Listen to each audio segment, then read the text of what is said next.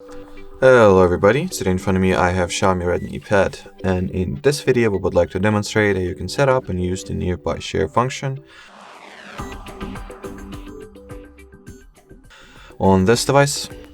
So first of all, swipe downwards from the right part of your status bar, open the control center, make sure to enable the Wi-Fi and Bluetooth. After that, among the shortcuts, look for the one that says nearby share. Here it is. If you do not have it active over here, tap at this icon at the right and drag the available toggles. It will definitely be at the available toggles list, and drag it to the, or not drag, just tap on this plus sign to add it to the active list of shortcuts.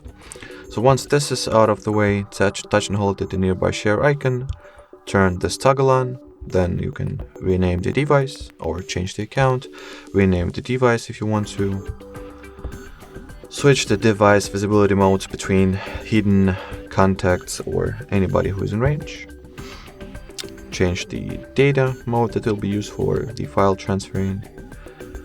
After that, the nearby share is set up now.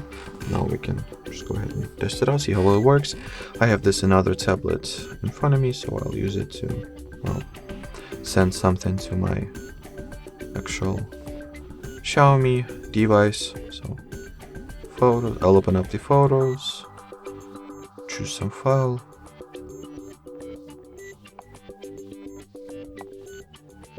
like this one for example. I'll tap on the share icon and nearby share, wait until my Xiaomi gets discovered. Here it is, then tap on it. After that you want to receive the file on the, accept this file on the receiver's end, and like so,